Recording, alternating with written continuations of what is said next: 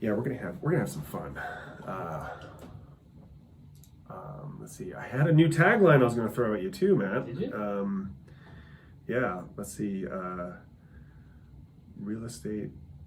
Oh, most local real estate radio. There it is. Yeah, most local. All right, homie. Are you ready? Yep. Here we go.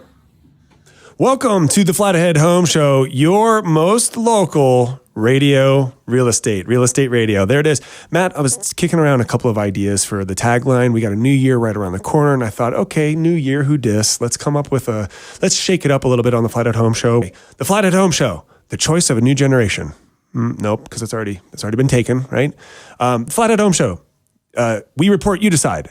Wait, no, hold on. That's also taken, right? So then I was like, oh, what are we? We are actually the most local real estate radio show. So there it is, most local real estate radio, Flathead Home Show. Of course, all homes, big and small, we discuss them all. That's kind of cute. I mean, we might have to keep that little jingle. Hey, friends, it's Justin Meccia. It's the Flathead Home Show. And we're rounding, we've got a couple of laps left of 2024. And something most recently has occurred to me as well. There's something that we can do about every 4 years, right around this time, and that's called the post-election discussion. Because we just had that last week, right? And while we saw the states paint themselves either red or blue, what I know was on a lot of your minds was who's going to take the seat, because that's going to dictate whether or not I go shopping for a new home. I know you were thinking that because according to a recent survey, 39% of home buyers and sellers named that as the number one objection for the reason why they're not buying or selling, they wanted to see what the election results were going to be. So if you're thinking that, you're not alone. In fact, you're part of the majority. A lot of people, that was the number one reason. I know 39 is not a majority. However, it was the number one cited reason. So I want to talk about it. In fact, I figured we would name this micro series. So my goal is over the next few weeks to bring in a few of our friends to talk about from their perspective what we feel is going to happen over the next couple of years because of this election change or these election results. And so I came up with a cool title for this micro series, Matt.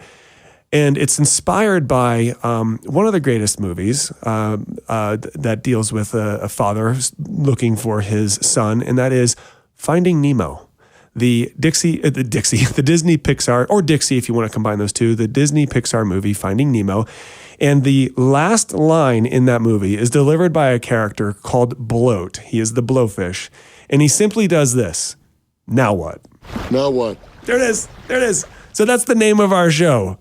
Now what? Okay, inspired by Bloat. And if you haven't seen that movie, now you got to watch it. However, if you have seen that movie, you probably remember that moment where all the fish are in the bags and they land in the bay or the water, and he looks up and he says, "Now what?" Now what? There it is. Yes. So there's your title. I want to thank my great sponsors for keeping us on the air. All about you, wellness and aesthetics, and Montana Basement Solutions, solving your water and mold problems for good. Hey, friends. Okay. Now what? We're going to talk about what this means for the real estate economy. And like I said, over the next few weeks, we're going to bring in some good friends to talk about it from their perspectives. So I thought for this weekend, we would talk about traditionally, what has that meant? So what does a political charged year or a national election do for our real estate economy? Well, a couple of things that are worth pointing out comes to us from an article that I read from the National Association of Realtors. And most recently, they developed a survey, or they developed some numbers, some stats, if you will. They put it together in the 2024 profile of home buyers and sellers. And they discovered, check this out, this is a pretty big number here, pretty big stat, that more buyers this year have skipped the mortgage. And by that, what they found was that nearly a record high cash buyers showed up to the closing table this year. So 26% of all sales this year were done with cash. They skipped the mortgage. They looked at the 6 and 7s and high 7 interest rates at some point and said, yeah, I'll just pull cash, right? How are they doing it? Well, first of all, what we're talking about here is we have a marketplace that has shifted. Things have moved. Let me back up a little bit further. Let's go back to pre-2020, where you had a pretty stable marketplace. It was relatively balanced between buyer and seller advantage. Okay. It was moving towards a seller market, meaning it was taking less and less time for listings to sell because of buyer demand. And it was doing that more so in Montana than many other states because of it being Montana. However, what I would call that marketplace, I would call that the marketplace doing the speed limit. Okay, it's posted 55, we're doing 55, right? Maybe 57, right? However, that's about it. In some situations, we were doing 45 because of whatever week it may be. However, it was a speed limit marketplace. Then 2020 happened, and more specifically, right around May, June of 2020. We accelerated. That's called the gas pedal marketplace, because guess what? We sped up and we sped up and we sped up. In fact, traditionally, when we would typically slow down in December and in January, we didn't. We kept our foot mashed on the gas pedal and sped right through the winter, all the way into July of the following year, 2021, where we broke so many records on so many levels. We tipped the scales because we were going 120 miles an hour in a 65. Okay, we were going fast. So then when later in 2021, when those interest rates started to catch up in our rearview mirror and started to slow quite a few people down, or at least cause them to think a little bit more, all we really did was pull back from 120 to go about 80 in a 65. We're still going fast, especially in Montana, because Montana.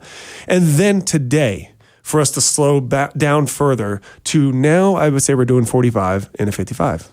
We're just the slow driver on the highway. It's still going forward. In fact, would it surprise you if I told you that our closed units year to date today exceed the closed units at this time last year? You know, despite the challenges of interest rates, we're selling more than we did this time last year. So we're still going down the highway. We're just not going nearly as fast as we were. I have more for you when we come back. Plus, I've got some graphs, right? So we got, for those of us watching the video, you got graphs, okay? So this is the Flathead Home Show. My name is Justin Meccia. We'll be right back.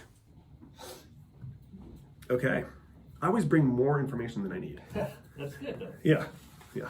Better than not have any information, right? Like, oh, I don't know what I'm going to talk about. Hey, let's talk about houses. This is the door. Yeah. So, cool. So are we, is that my running clock? Yeah. Okay. Cool. All right. Let me jump back in. Okay. Ready? And we're back. It's the Flathead Home Show, your most local real estate radio. That's it. Your most local real estate radio. My name's Justin Meccia. Happy November to you, friends. Yes, we've decided to paint our state. All the other states have painted themselves. They're either red or blue or figuring out what they want to do. That rhymes, man. We got a new tagline. I want to share with you this conclusion that this economist had shared about now that the election is over and the feds had lowered their rates. This is what they had to say. Quote, investors expect somewhat stronger economic growth, higher inflation, and larger deficits, says Mike Frantoni of the Mortgage Bankers Association. As a result, he believes rates will, quote, remain within a fairly narrow range over the next year. So, according to this economist, for those of you who are thinking, oh, rates are going to plummet, he thinks otherwise. The Fed lowered the short-term rates, which could further fuel economic growth and keep rates elevated. Okay, so what does that mean for us? Well, on the big timeline of real estate, if you zoom out far enough, if you go back about 30, 40 years and you look at, the rates of real estate when your parents and grandparents bought real estate, and you were to snap a line called average or median, you're going to land right in the sixes, right? A 6% interest rate is, dare I say, normal. Okay, so and it's worth reminding us. We talked about this a number of times.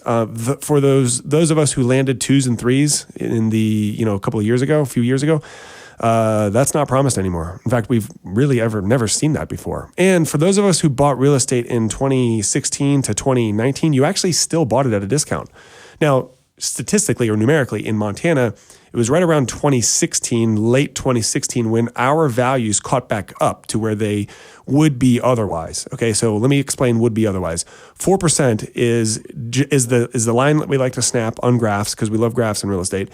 And when we snap that line, what we're talking about is the typical annual appreciation year over year over year over year for real estate. So if you zoom all the way out and you look all the way back from 1940 to 2024, how has real estate appreciated year over year over year? The average or the normal is 4%. So if you bought a house for $100,000 in year one, it's worth 104 in year two. It's worth a little bit more than 108 in year three, and so on and so on and so on. And this accounts for swings and shifts. And this accounts for 2009. Remember that black hole of real estate, right? So here was real estate values, and then here's the cliff, and that's called 2009. However, by 2016, we were back as if nothing changed in Montana. For the rest of the nation, it was pretty close to 2020. And in fact, some segments, it wasn't until 2021 that they caught back up to where they would be. So what that means is in that little bit of a belly there called 2010 to 20 in Montana, 16, that 6-year belly was called discount. You were buying real estate lower than where it should have been, regarding the shift in 2008 and 09. So these are pills that we don't like to swallow because for those of us who made, and I'm one of them, those of us who made moves in that year, we thought we were buying at market value because you were buying at market value, except for market value was discount. And you were also buying it with record low interest rates. Like, holy superpower, Batman, superpower buyer. That's what was going on. We're just not feeling that anymore because things have, quote unquote, somewhat normalized. They flipped back to where they would have been otherwise. If we had never had those record low interest rates, we would still be right around 6%. If we never had that dip, the prices would be right about where they are today. So it's not fair to say, oh, prices are crazy, or prices are high, or prices are low. What is fair to say is the prices are the prices. Here's the other trend that I want to share with you, and I'm going to pull up this graph. As I was giving the analogy before in the earlier segment about the gas pedal and the brake and the slowing down and so on, new listings are a good indicator of where the market is going because those are sellers saying, I want to sell, I need to sell, I need to move, right?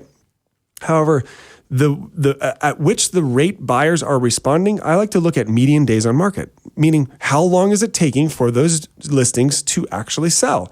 And if you look at this trend line, I'll put it up close to the camera here. And for those of you listening, this looks a whole lot like that monitor in the hospital that is monitoring your pulse, like beep, beep, beep, beep, as the phrase goes, like if life didn't have ups and downs because you're dead, because there's no more pulse, right? Well, this graph is nothing different than that. It's just ups and downs with one subtle difference. And that is that July of 2021, where we were just massively going fast.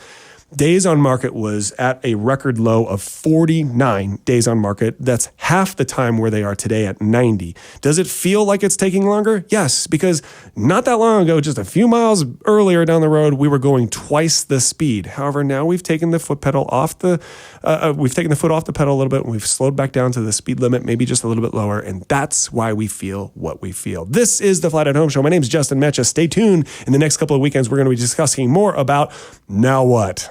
Now what? As always, be safe, be well, have fun, and of course, welcome home.